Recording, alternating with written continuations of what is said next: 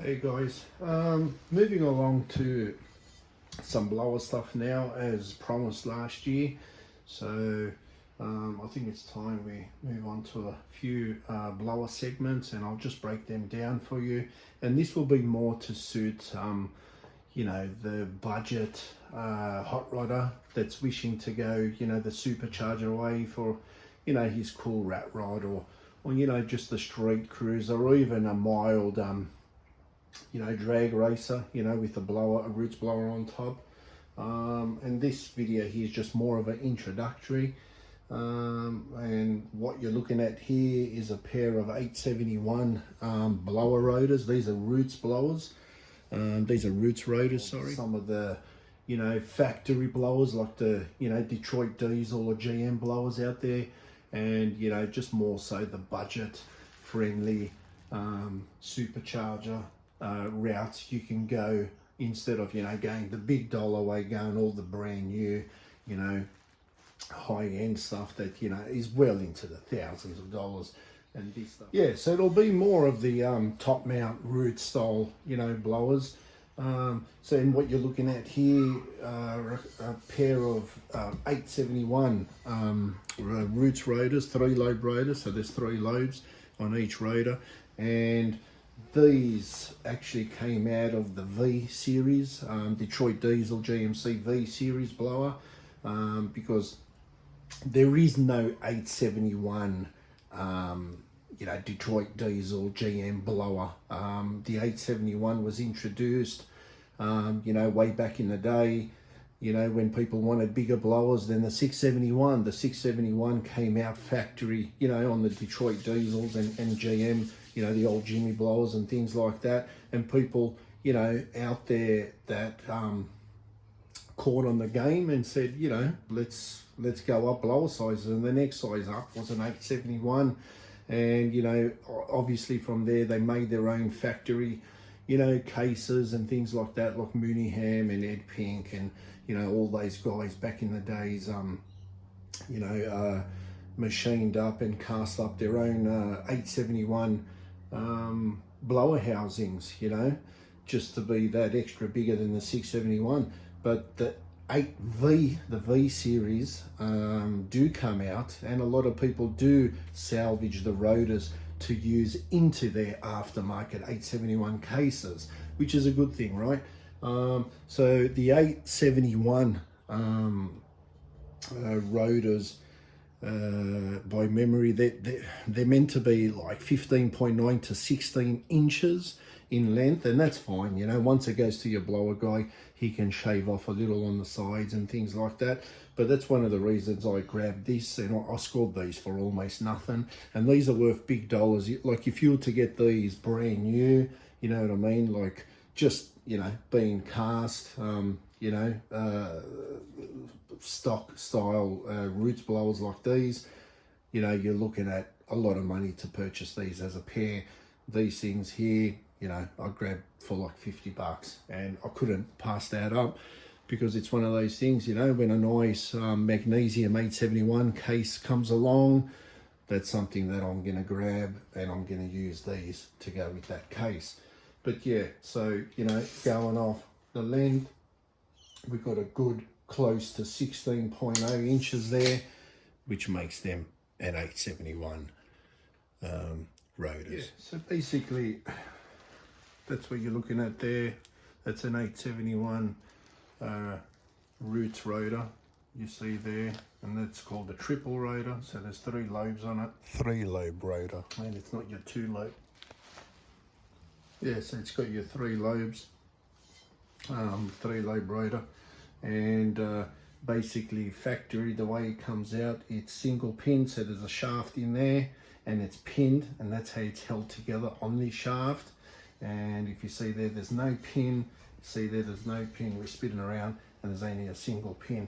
And if you've ever heard the term where they triple pin your rotors when you're converting them over from your Detroit diesel stuff to run your V8 stuff, what they do is they put extra pins, so that pin gets redone. They drill, tap, and punch in another pin there, and also another pin there, and the same on the other side. And you could double pin them, that's good enough, and most people triple pin them. Like on my supercharged Cleveland Capri, that's triple pinned. That blower's been converted over, as you know, some of you guys will know that.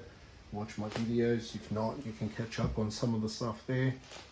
And also, you know, when they do stripping, if you've ever heard, you know, of a nylon strip or a Teflon stripped rotor on a blower, on a Roots blower, that means the outer highest edge, and they come with this just with this extra bit of material on the tip of the rotor lobe there. And what they usually do is they special machine that in a special, you know, like a notch to run a triangle style of strip, Teflon or nylon. And don't get me wrong, some of the badass blowers out there have got all these different shapes as well, like D-shaped strips and things like that. We'll just stick to the basics, old school stuff. So yeah, what they do is they machine that, special machine, special tool, and then they slide in the strip along there, and they do that to all of them. And what happens is that just seals the boost, so there's no leakage between the rotors and the outer housing as well. And I mean, you would find that that's more of a thing on competition style blowers, you know, guys that want to race, especially on methanol. And they do recommend, you know, that this stuff, the stripped stuff, only to be used with methanol stuff, but guys do use it with race gas and even pump gas out there, and I know that for a fact. I know many that do. Yeah, so the term loose means, so you know, if we're talking about a street blower like what I'm running on my Cleveland, it's basically your, you know, your standard 3-load rotors. It doesn't matter 671 or 871. Basically means that there's no strip, so that's not done. It's not Teflon or nylon stripped.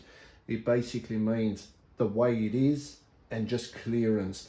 And if you hear the word loose, that means a bigger clearance. So you know, you're not chasing after every nitty-gritty bit of you know, power and boost seal. You're just sort of content with it is what it is type of a thing. So basically it just gets clearance with you know, the adequate clearance needed between the rotor and the rotors and the housing, right? And it's just left alone. And you know, basically these Roots blowers, the way they are in that manner, they're very good and efficient. I tell you, between that 6 to 8 pound of boost range, they work real well. And anything after that, they become a little bit insufficient. You know, inefficient. They develop a lot of heat soak, a lot of heat within the blower and intake, like hot air temps, you know, which are no good for power. But if you're running a decent fuel, that can sort of you know, compensate to a certain degree. But yeah, that's basically what a clearance or a loose blower means. Yeah, and when you hear the term, you know, these old Detroit blowers need to be converted over or what have you, that means that you got to remember these things came out of, you know, they were intended, you know, to be run on industrial or truck or, you know, high, you know, power generators, things like that on old diesel stuff. And, you know, there was no RPM needed with those things, like, you know, 1500 to 2000 RPM, you know, that's it, operating range. And a lot of these, you know, would go on to, you know, work all the way up to, you know, a million miles or a million kilometers, what have you. And the identifiable things you need to look at when you're scoring an old blower or rotors or anything like that are just all the wear marks, you know. And the one thing you don't want is a lot of chop marks in it. So you don't want, you know, a blower that's had, you know, debris come through and it's knocked out chunks out of the alloy. Like this blower here is these rotors, sorry, are very clean. That's why I jumped on them right away. And the first thing that goes on them is these outer ridges, that these high spots that I was talking about, and also these two. That's also a high spot there on the inside of the the lobe there. But you know, they're the signs that you would see when they start touching, when they start binding. You would see a lot of wear there, and that's when you know the blower's, you know, sort of on its way out, and you know, it's had its days, it's done its miles, and that's where people will pull them out, get them rebuilt with Detroit Diesel, or you know, other diesel blower guys, you know, around the world. They'll rebuild them, put them back in, they're good for another 1,000,000 miles, you know. But converting them over, it just means you're prepping them now, you know, for V8 use. So just basically for high RPM, higher, you know, working conditions. So by double or triple pinning them, you're strengthening that shaft with the, you know, with the rotor itself, and just things like that. And even if you look at the end plates, these are old, you know, 671 Jimmy end plates. These are the ones that are all curved. They're not the later ones with a lot of scallops and notches in there. I really don't like the look of them, to be honest. These, where, you know, a lot of the old school aftermarket guys replicated this original look, and you know, you basically sometimes can't even tell the difference between the original cast alloy stuff to, you know, the old school aftermarket magnesium stuff, unless, you know, you got an eye for the color. And they do have extra webbing in there, the aftermarket old school stuff, the magnesium stuff, that's you know, that's real expensive now, to be honest, very highly collectible. And you know, they have extra webbing or taller webbing in there, and they usually have, you know, the make, whoever made it, like, you know, EP for Ed Pink, or you know, Crower, or you know, things like that, Mooneyham, what have you.